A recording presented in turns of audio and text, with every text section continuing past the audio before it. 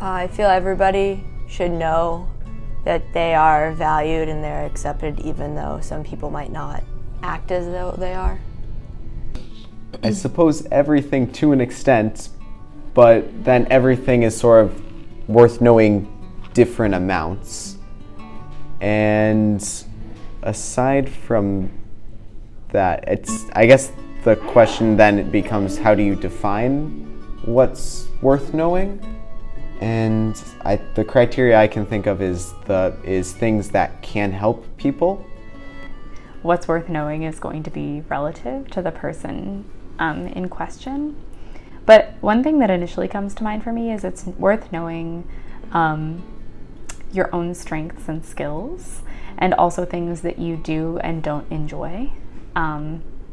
I think about this because when I think about teaching my students, I recognize that they're not all going to remember the information that I've given them specifically, and maybe not even the skills, though hopefully repetition and time will impress those upon them. But I think one thing that it took me a while to figure out as I was going through my educational process was realizing where my particular strengths were and where those aligned with things that I found brought me joy or meaning. And I think that those are hard questions to answer, and they might take a lifetime, but I think education can help people find it. I think that it's important to try to want to know as much as you can so that you can make A, informed decisions, B, I think it helps with getting to know people and where they come from and backgrounds and why people do what they do.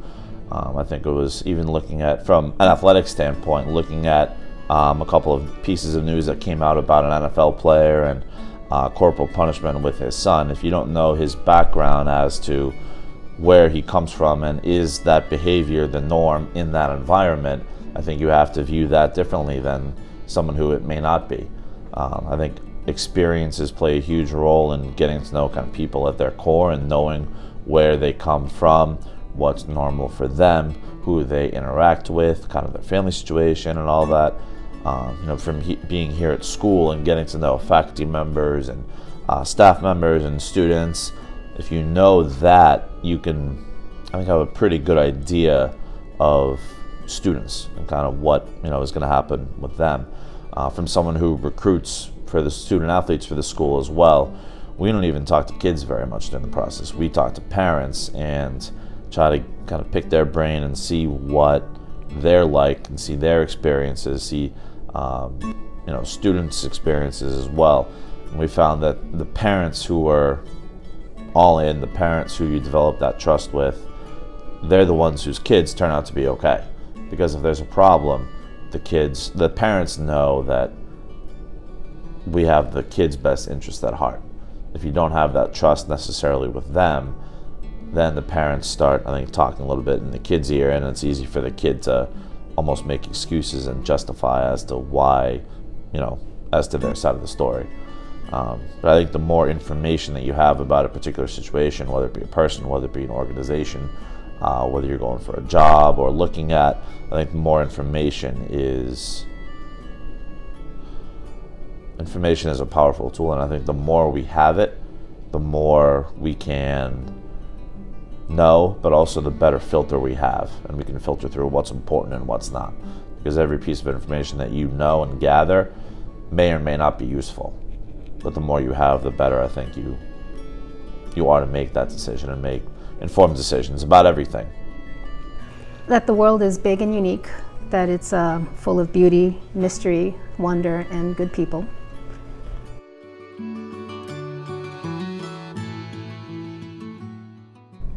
I think everybody needs to know that they are loved, because humans are very social creatures, and so we need that human interaction and that support in life. And this is not like the essentials for living? I don't know, is it? I guess those come first, and then from there, I guess similar to what's worth knowing, everything's worth needing, but some things are much more important. Although there are some things that you can pick up that both you don't need and are bad for you. So those would be not worth needing, obviously, but then I've gone too abstract for my own good, I'm sorry. I think needing some kind of support or community is worthwhile for all people. I think trying to live independently and self-sufficiently is a noble but unrealistic goal, and I think that it's by requiring the support and assistance of others that we learn how to care for others and see things beyond ourselves. I think for myself personally, it's relationships and people to share what goes on in life with.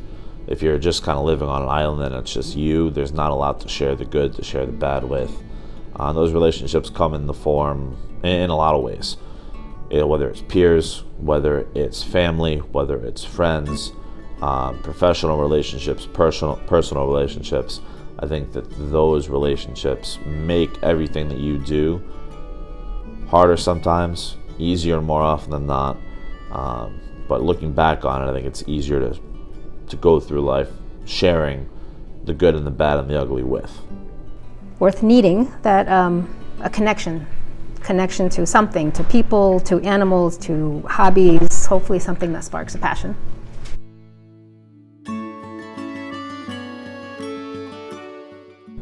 I feel like everybody should experience travel in a place that's different from their own so they can really understand how other people think.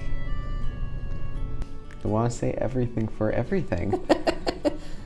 Obviously that's not true though, because there are bad experiences. But maybe the bad experiences are worthwhile to have, but at the same time you wouldn't wish that on anybody. And are bad experiences good? I keep coming up with different questions based on the questions that I don't know if they get to that heart of it or not, but something different is worth experiencing. Whatever you usually experience, it's good to experience maybe something similar but different, or something completely different. And I guess you can work with different variants of that until that starts to fill in everything. Especially since once you experience something once, you can often experience it again if you deem it worth experiencing. I guess without a concrete example, I can't think of what, all of these answers end up being a case-by-case basis, because you don't necessarily need to experience everything, and indeed that's impossible. But if you get enough variety in, then that sort of fills in the illusion of experiencing everything. And I guess that's what creates a life worth living. I think experiencing some kind of adversity is helpful for all people. Ideally something that they can reasonably overcome and that doesn't cause them incurable pain, but that allows them to recognize that they have strength that can't be taken away from them by circumstance. It's cliche, but I want to say a little bit of everything, because if you don't experience something, you don't know whether you like it or not. Even something as simple as a new food like pizza. My brother hated pizza up until he was about 13 years old. He thinks he did, but he never really tried it. And he didn't until he started trying it. Then he realized, oh, pizza's not so bad. So I think to an extent we don't know unless we don't try. And I think people, myself included, can kind of get in their own little shell and do what's comfortable for them and not want to really venture out because they're comfortable with what they have. But I think it's good to step outside that comfort zone and outside that box every so often, so you can keep pushing your limits, keep testing your limits, as an individual, especially as you get older. I think it's easier to get comfortable, but to keep pushing, to keep kind of wanting to learn, I think is important for personal development. Travel. Getting beyond your own bubble, your own world, experiencing different culture, society. It could even be going outside of your neighborhood, just something that's different from what you're used to.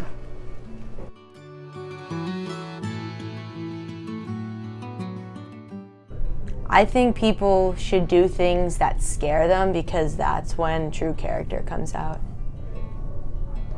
Ultimately, your actions, they're for yourself and they're also for others. So you want to do as much as you can for others, but then you have to do something for yourself so that you can continue to do things for others. And then I guess there's balancing that. And it's not always choosing between yourself and others. But if you make decisions on your actions along those guidelines, then you can do the maximum that you deem worthwhile to do. I think being in a position of having to apologize is worth doing.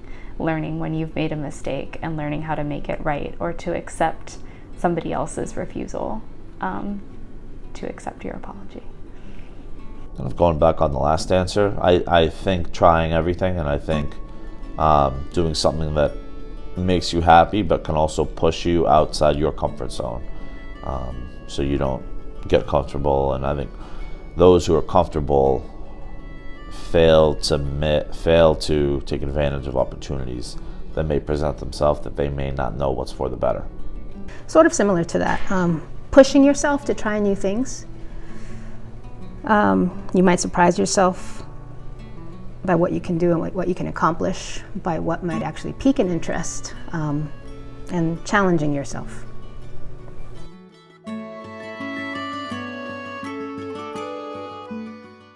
I think everybody at one point or another should be the minority in the room to really understand how other people live. Yourself.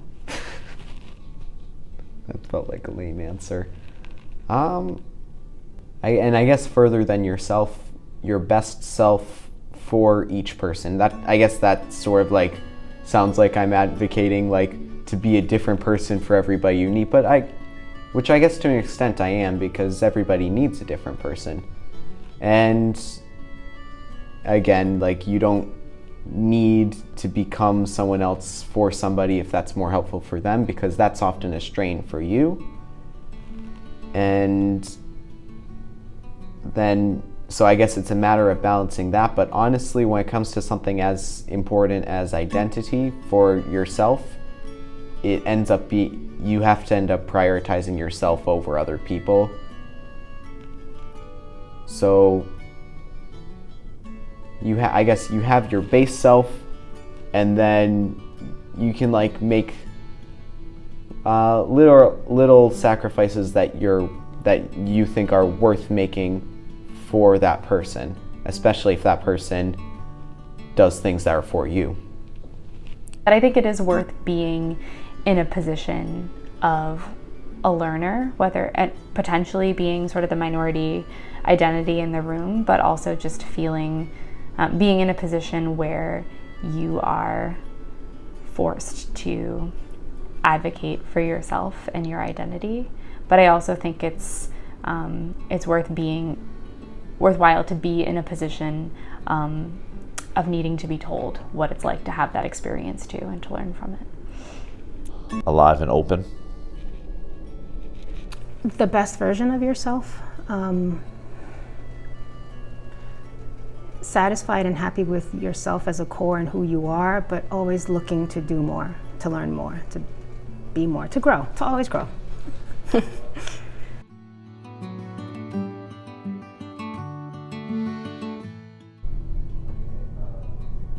I think people should become true to themselves, and that does change throughout life as people change.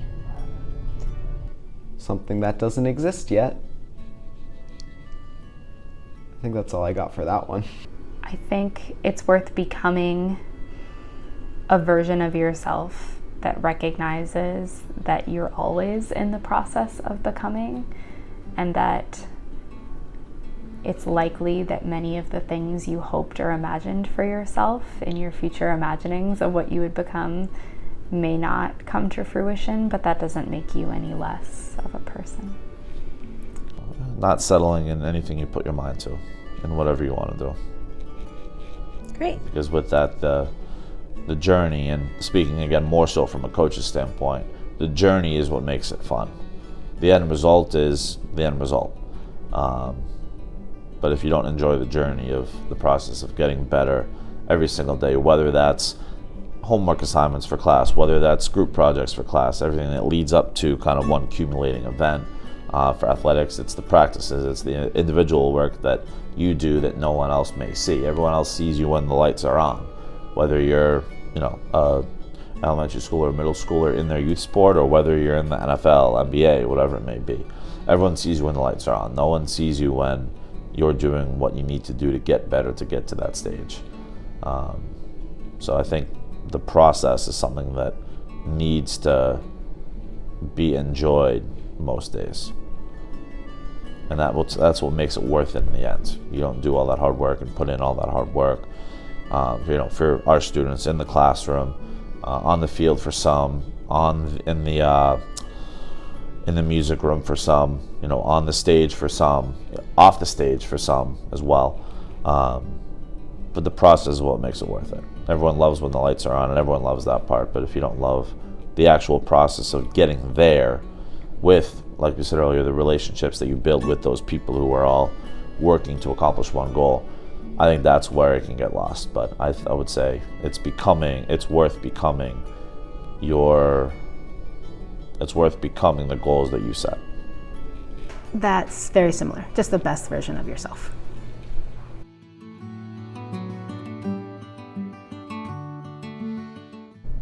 Peer pressure and hate. I can't think of anything that isn't worth overcoming, because if you have to overcome something, then even if you're overcoming something that is ultimately beneficial to you, just because you've overcome it doesn't mean you can't go back to it. And of course, there's all the times where you overcome something that's definitely negative to you. And definitely it's worth overcoming that. It's usually more a question of how, and that depends on the situation very much so. I think it's worth overcoming indecision and fears that keep you from doing the things that you want the most. Any obstacle that you face to get in that path. You set a goal, you want to get to that goal, you want to reach that goal. If you set a goal that's lofty, which you should, you're going to run into obstacles. Not every day is going to be, cake and ice cream. Not every day is going to be good. You're not going to want to get up and do the work that you need to every day in whatever field that is. But that's what makes it worth it. And the feeling of overcoming that obstacle is what I keep kind of striving for, and I keep fighting for. And I think it's worth looking at when you look at maybe how successful like our kids in high school can be, looking at the biggest obstacle that they face in terms of what is that, what do they do to overcome it, and those who overcome, whether it be family situations, whether it be medical, whether it be family, friend, or themselves, whether it be any sort of struggle, I think you can see someone's breaking point.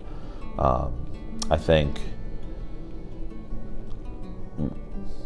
Nick Saban, head football coach at Alabama, has a quote that I really love, and I think it's applicable to all fields, is that mental toughness is basically finding out what your breaking point is in terms of how much you can be pushed, but how willing you are to get past that obstacle, to bring it back to the question, but also to see the capacity for being pushed and the capacity of the obstacle that you can reach. If you're in class and your pencil breaks and you get all bent out of shape out of that, and that affects everything else that you do, you don't have a very big capacity for overcoming obstacles. If, heaven forbid, a family member is sick and you all come together to overcome that, or whatever other tragic event there may be. I think being able to overcome that obstacle is something that shows true character and shows the ability to overcome, because we're all going to run into obstacles. It's just a fact. Not everything is going to be perfect every day, but what we're able to overcome and what level we're able to overcome that to, I think, shows our character, and it can really offer a good insight into other people. Fears. Back to the point about challenging yourself.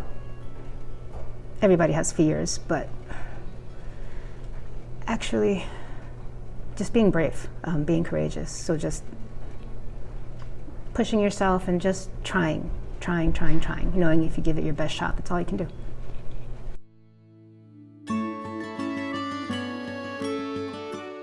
I think everybody should share their experiences and their stories, because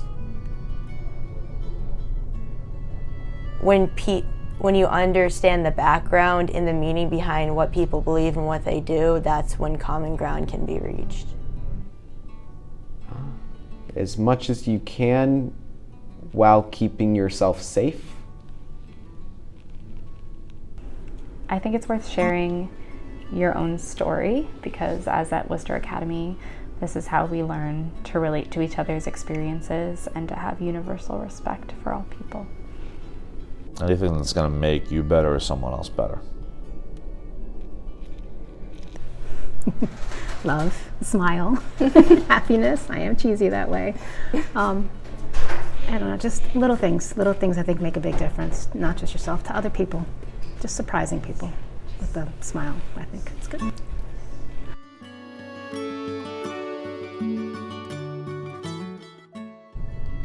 I think people should contribute their passions and actions into the world, because everybody has a slightly different viewpoint, and when people can kind of see something from a different angle, that's when the full picture comes into form. Everything. I don't know if the mic picks that up. Everything. If it's something that you like genuinely are or genuinely believe, then it's worth contributing. I'm trying to think of like if this is like a negative aspect of you that you're trying to contribute, that like no one would want you to contribute, but then that's by society standards then. So I guess if it's something that you actually believe or you actually want, then from your perspective it's always worth contributing. And sometimes that's wrong, sometimes that's right. Sometimes society is good at shutting down those contributions. Sometimes it is very bad at that, or did I say bad first? Sometimes it's very bad. But if everybody keeps contributing, then we'll hopefully all get sussed out. That's a mess of an answer that with no solutions. I think everything. I think it's worth contributing your own thoughts and ideas. I think it's worth contributing labor. I think it's worth contributing resources when you have them. I think it's worth contributing energy and enthusiasm. I think it's worth contributing silence. Anything that's going to make you or someone else better. Anything that I think can help a group or help yourself accomplish a goal, whether it be positive or negative, whether it be pushing back on an idea to kind of strengthen that idea, to make sure that the final product is one that is strong, because it's kind of overcome those those little obstacles and those little kind of tests to make sure that it's as strong as it can be. Yourself. Just being engaged and listening, and actually listening, because I don't think people really listen enough to each other, even to themselves sometimes. So just, I don't know, listening.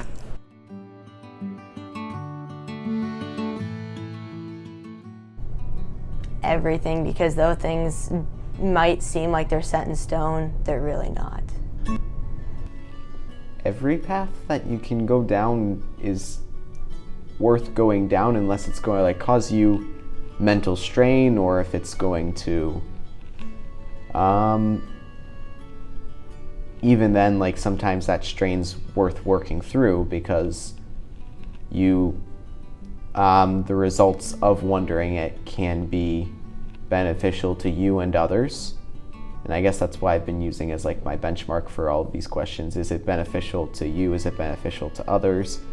And like, and then other than that, my baseline is everything.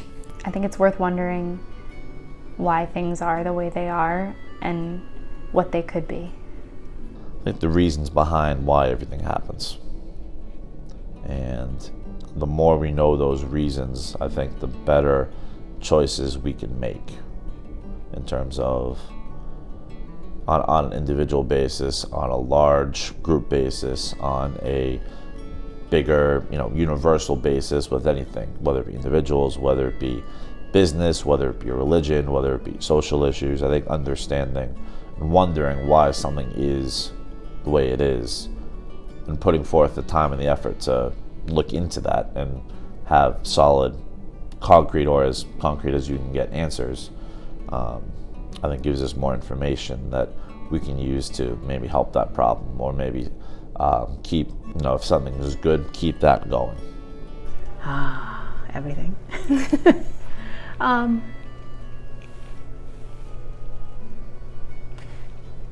Just that, actually. Just wondering, just taking a moment, look around. If it's a gorgeous day, sit down, appreciate it, listen to it, smell it, hear it.